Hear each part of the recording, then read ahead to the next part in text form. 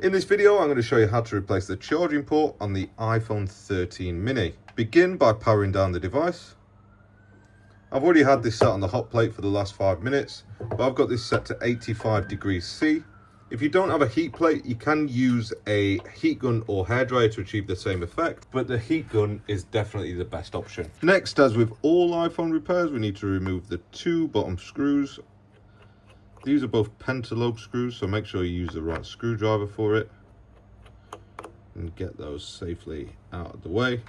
I'm not sure how well this will go because it's got a screen protector on it, but next we're going to add a suction cup to the bottom third of the screen, and then I'm going to take one of these little door code blades and snap it in half, which I'm going to insert into the bottom of the screen area here, and I'm just going to push down, making sure that it's nice and flat to the chassis of the phone, and then it's sort of a lifting and prying action, lifting the suction cup and prying with the door code blade. And what we're aiming to do is pop the adhesive, or just sort of cut the adhesive so that it releases the screen from the chassis. If you're having some difficulty doing that, you can add a couple of drops of isopropyl alcohol and it just softens the adhesive a little bit. If you notice now, we've created a gap big enough to fit one of these little plastic guitar picks into. And I'm still lifting up on the suction cup, but I'm also running this little guitar pick just a few millimeters into the edge of the screen and running it down the edge to separate that screen. I'm going to run it back through and over to the right hand side now. There's 2 difficult parts of this job, and this is one of them. Once we've got 3 sides done, so the right, the left and the bottom, then you can lift up with the suction cup again. You're going to wiggle it a little bit so that it makes a gap there, and we go in with the pick like that to pry the clips out, and that'll allow us to open up the phone just like that. Let's take it over to the workbench now, where we'll take apart the charging port. So now that we're on the workbench, I'm going to leave the suction cup on because that's going to act as a little rest to stop the screen from falling down. And the next stage is to remove the screen from the device. Just a quick note here, if you're doing this yourself, get yourself one of these magnetic mats. This is going to keep the screws nice and organized, and I'll basically lay them out in the order that I take them out. So the charge port area is going to be down here, and the screws for the screen, etc., on this left hand side. I'll show you that when I'm actually doing it, so it makes more sense, but it is very important. There's lots of screws to remove on this and lots of different sizes, so honestly take note and listen to what I say there. So next we've got this single tri-wing screw which is holding down the shield for the display cable and battery cable. It's sort of got a little hook on each side of this, so you have to, it's a little bit fiddly sometimes to get it out. Once that's removed, pop it on your magnetic mat and use a plastic spudger to disconnect the battery first of all, isolating power from the device, and then you can disconnect the display cable. This spudger is really blunt and it's going to make it awkward. So with the display connector disconnected and the battery disconnected, we need to move up to the top area now, and we're going to loosen up this screw, this screw. They're both tri-wing ones, and then we've got one crosshead screw up in this top left area here. Let's get the shield out of the way. This has also got a little hook on it, so just be careful when removing that. And then we'll use the spudger again just to disconnect this cable. That means we can now remove this screen, store it safely for later. Now that we're moving on to the charging port, I always seem to start right to left and work my way through, just personal preference, and I find that the speaker followed by the taptic engine always come out first, so it makes sense to do it in this order. So we've got one crosshead screw just here, another one in the very bottom right, 2 either side of the charging port itself, and that should release our loudspeaker now, so store that safely for later. Avoid putting it on top of your screws because there is a magnet in there and it will mix them up. Tip the phone on its side and you've got one small grounding screw just in the bottom edge of the chassis. And then we'll go over to this side now, the bottom left corner, where there's another 3 crosshead screws. Again, these are all different sizes, so don't mix them up. Just store them neatly on your magnetic mat if you took my advice to get one. Next up, we've got a tri-wing screw, which is just here.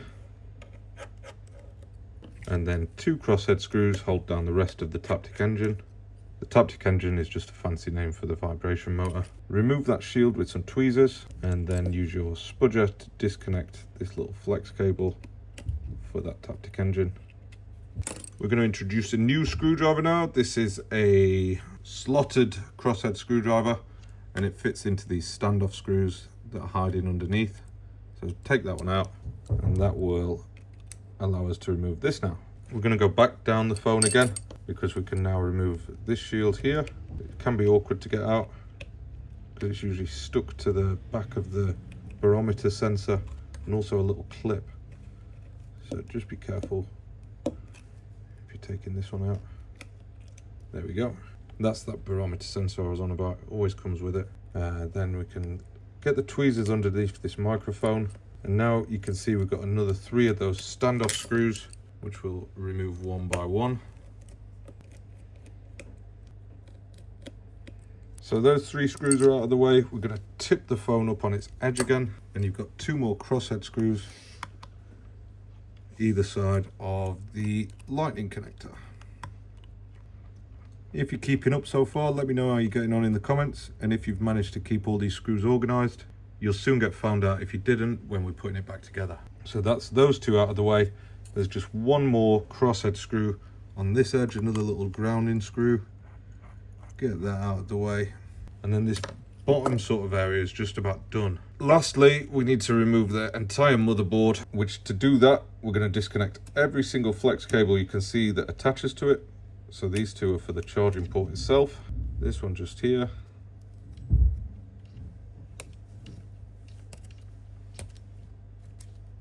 And then all these at the top as well. So you've got that one there. There's a couple for the camera, Face ID, ear speaker, etc. Just get them all out of the way. Try and avoid using metal tools to do this. Just use a spudger.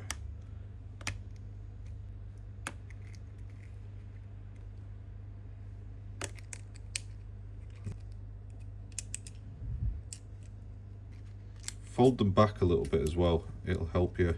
And now I'm going to work upwards, removing all the screws for the board. We've got 1 crosshead just here, and I think that there's 1 more, which is a slotted screw, which is hiding just at this very top point here. Now, I always forget this, but go ahead and remove the SIM tray. That will stop that board coming out every time. What you'll notice as well, there's like a little hammer pin here. Just make sure that that's pushed back into the chassis, otherwise you'll struggle to get it out and you could damage the motherboard, which you don't want to do. Now to remove the board, I'm going in at the bottom with the spudger, and I'm just lifting it up carefully like that. I mean, realistically at this point, what you could do is stick the spudger under there to save us messing around with all these flex cables, and then it just lifts the board out of the way. We've not bent the board or anything like that. It's just out of the way. It's nice and safe. So let's leave it at that. And then we're going to come down this bottom area. I'm going to get the sharp tweezers just to lift that mic out, and then we're going to get underneath this point here, and it is stuck down here but not stuck down very well, the charging port, so we can just lift it out, give it a bit of a wiggle, and we'll start seeing it pull out. This one's damaged. Obviously if you're reusing your charging port, or if you're pulling it from another chassis, then you'd be a bit more gentle than this, but you can just rip it out and it comes out pretty easy like that. So that's the old charging port removed, and for the new one we've got, it's very important to use a original or a genuine part. Now this isn't new, it'll be a used or a reconditioned part. The reason we use these is because they've got the genuine barometer sensor on there. If it doesn't have that on, or if there's bad mics on there, then it will cause a 3-minute boot loop. So if you're not using genuine parts, just be aware when you turn it back on and it turns off every 3 minutes, it's probably because it's a non-genuine part. Just pay the extra it costs and get a genuine. Remove any adhesives or little blue films on the back, get them out of the way. And then what I'm going to do in terms of lining this up, because they can be awkward to line up, so I'm going to slot it in, get it underneath, and then it needs to tuck in under this little bit here. You see that where it's tucking in just here? You need to make sure it tucks under there, and then that needs to line up with our bottom screws at the very bottom. Once they're in, then we're going to get these two central screws back installed. So that's these two long ones at the very bottom. Once these are in, then everything sort of lines up around that, if that makes sense. So we can get these in. Then we're going to put the board back in a minute. Line up the connectors to make sure that they connect, and then the rest of it is just re-screwing it down. Make sure that they're secure as well, these bottom screws. They're awkward, but these stop it any sort of lateral movement up and down when the phone's getting plugged in and unplugged, etc. Now I'm going to take this spudger out, allowing the board to drop back down. And like I say, it's just a bit easier to do it that way. If you look here where I've tried to be clever slotting that underneath, this connector here needs to be on top of the charging port, so I'm just going to manipulate that around a little bit. This shorter connector needs to sit in front of that flex cable there. Anyway, pop the board back in, and then we're going to reconnect these connectors. I'm not sure exactly what that flex does. I think it's the power button. And then we need to make sure that this charging port flex goes in, and then there's usually an antenna flex on there as well. Make sure that that sits in, and this is all coming together nicely now. At this point, it is just a case of reversing the steps that we've taken, but unlike most videos out there, I'm going to run you through all the way so we can work together to get your charging port replaced. Go ahead and reconnect all these connectors up the top for the cameras, the Face ID, etc. Make sure that they're all sat down good and proper. I've got like a slightly long thumbnail, so I'm just using that to push it down. If you don't have longer nails like me, then use the spudger or the back edge of the tweezers just to give it a little push down like that. And it just means that we know everything's connected properly. So now we've got the big standoff screw in the very top there. Get that in. Got a crosshead screw in the bottom left of the board. So now we've got the board re-secured and reconnected. I'm just going to push this adhesive down, make sure that it's not in our way. Just there for that. And then we need to make sure that that microphone lines up, because that was one of the other things we did in reverse. Next thing I always do, I always go for these ones on the sides. Don't know why, but they're always a bit more awkward to line up, so you don't want to get things back in and then realize you've forgotten them. So you've got one crosshead on this right hand side, and then they're both very small little grub screws. Well, they're all very small little grub screws, but you know what I mean. So we get those two in. Sometimes you have to sort of push them to line them up and stuff, so it's a bit more awkward. And then that is going to take a bit of nudging around to get that one in. This last one just here is a tri-wing screw. So go ahead and get that one back in place. So that's all those grounding screws in. You could go overboard and get these, but we'll get them systematically like we have done already.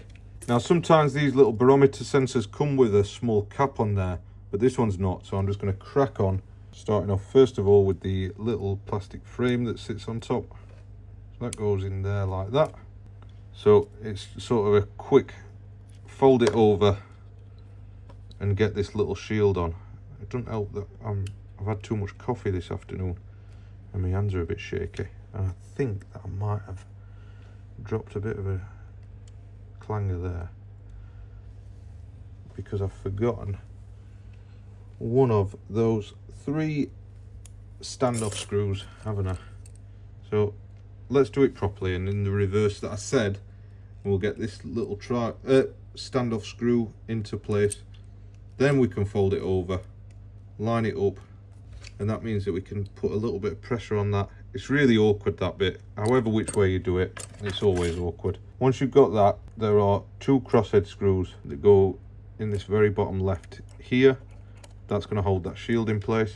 Actually, before we do that, shooting the gun a bit early, take that shield away again, and then drop that one in, that standoff screw on the left side of the charging port, because that has to go through it. My mistake, sorry guys. So now it's a case of lining this up again and getting that mic into place, whilst also getting that shield into place. holding it down so we can get this crosshead screw. I think the last one of these, I had the same problem on a video where I did exactly the same thing, and I just went in a bit early with those screws. So apologies there if there was any confusion. We got there in the end. Next, we're going to stay in this bottom left corner, and this Taptic engine goes underneath that shield like that. Reconnect it into place, and then there is one standoff screw that sits there. That sits under the shield for this, don't forget that. And then same again, we've got the shield and it's held down by 2 crosshead screws. The shorter one of the 2 goes in the left, and I'll just put that in loose for now because it's moving the shield around a bit. So I'll get the long one in. Once that's in, I'll tighten that and then tighten this one to make sure that it's not going to move anywhere. Now that we've got that in, we can finish off securing down the Taptic engine, which goes in just there. Now we've got this last standoff screw that goes just here, followed by our loudspeaker just there, and then we should have 4 crosshead screws remaining. So we just got these 4 crosshead screws. Sorry if I've said that twice now. I've been interrupted by customers a couple of times whilst I've been doing this repair because the shop is still open and I sort of do this live, let's say. Right, so with that all secured down, we need to find a replacement seal for this. That looks like the right one. I didn't want to go chopping it all off if I didn't have one, but I have definitely got a 13 mini seal. To remove the existing seal, I highly recommend one of these. I think they're a number 4 or number 6 X-Acto blade. I'll double check it and I'll have it ping up on screen somewhere here once I know for sure. But I think it's a number 4 or number 6. But basically, you're going to run the edge of the blade all the way around the edges. It's better to do this without any alcohol on it or heat on it. Do it when it's sort of cool. When it's too hot, it turns to mush, and same when you use alcohol in it. So make sure it's cool and dry before you remove this seal, because they're notoriously difficult to remove. Apple give a little plastic version of this to remove it with, and it's not very good. So I would highly recommend using this number small X-Acto blade. I'm going to skip through this, so you'll come back and it'll be all removed, because it does take a few minutes and it's pretty boring to watch, so I'll skip through that. So I have been round and I've removed as much of the adhesive as I possibly can. Once you've got that removed, then I would strongly recommend a little brush like this with some acetone or alcohol on it, and you're basically just going to rub it into those edges, giving it one last clean up, getting rid of the dust, any remaining adhesive, or any other gack what's sort of just in there like that. Be careful when you're working around this front camera area. You don't want to get any splashes of acetone or alcohol on that camera because it can leave it blurry. This one's got a few dog hairs in it, so I'll just carefully work our way around those. And aside from a quick blow off with the dust blower to get those dog hairs and rest of the dust out, we just need to plonk this new seal on, which is very simple. Remove the backing film, line it up with the top left corner, follow it down this left hand edge, and then the rest of it will line up really nicely if you follow that method. You might find that it doesn't stick perfectly all the way around. If it doesn't, then grab your plastic spudger and rub it into those edges, and it's going to look something like that. Remove that top film like that, because that's the same, it sometimes holds it back from sticking down properly. And then you can give it one last rub around with that, and then we are close to finishing now, guys. Drop the screen into place, and I've still got that suction cup on. Let me show you. Still got the suction cup. That means I always hold it into place when we're doing that, put it down, then we can rest the screen whilst we reconnect this guy up here and then this guy down here. re-secure this small connector. Just remember there's little hooks under it, so you have to sort of line it up and then push it underneath. There was one tri-wing screw holding that into place, so that goes down just like that. And then we're back up at the top here, and this one's the same. It's got one of those little hooks on it. They're awkward. Fold it around your proximity sensor, hook it down, and then apply a little bit of pressure like that, so that we can get the two tri-wing screws that hold it down into place, which is that one just there. And the longer of the two goes into this top right corner. And then the only crosshead left is this one just here. It's always nice when you finish a job and you've got no screws left over. So all that remains to do at this point is to peel off the remaining part of this adhesive seal. So the last blue film peels off nice and easy like that. And then down the bottom here, another bit of it. If you find that this seal comes with it, like that bit there, look. I'm going to show you a little technique. See how it's peeling the seal with it? All you have to do is like lift up like that, and then applying pressure, pushing it down, and it stays stuck down whilst you peel that off. Now I'm going to fold the screen down, not all the way, and I'm going to just overextend it a little bit like that, so that I can peel off this final part of the seal, and hopefully that all sticks down. It did. In terms of sticking it back together, we're going to line it up at the top, gentle pressure on there, just making sure that it sits down, and then we're going to apply some pressure on this top edges, remove this suction cup finally, and we're going to run it all the way down to the bottom, making sure that it sits nice and flat. All that remains to do at this point is to reinsert the SIM card, and this one would only work on wireless charging before, so hopefully it should boot straight away once we've plugged the cable in. I've got my ammeter on, so it's booting off the cable, which is good news. We've got privacy screen protector on there, I see. So we just got those two pentalobe screws to go in, and we're charging good. We've got a little Peroni cat there. Get those pentalobe screws reinstalled with your pentalobe screwdriver. Let's get the cable out of the way. So now they're in. That completes the repair. Ladies and gentlemen, boys and girls, thank you for watching, and see you in the next video.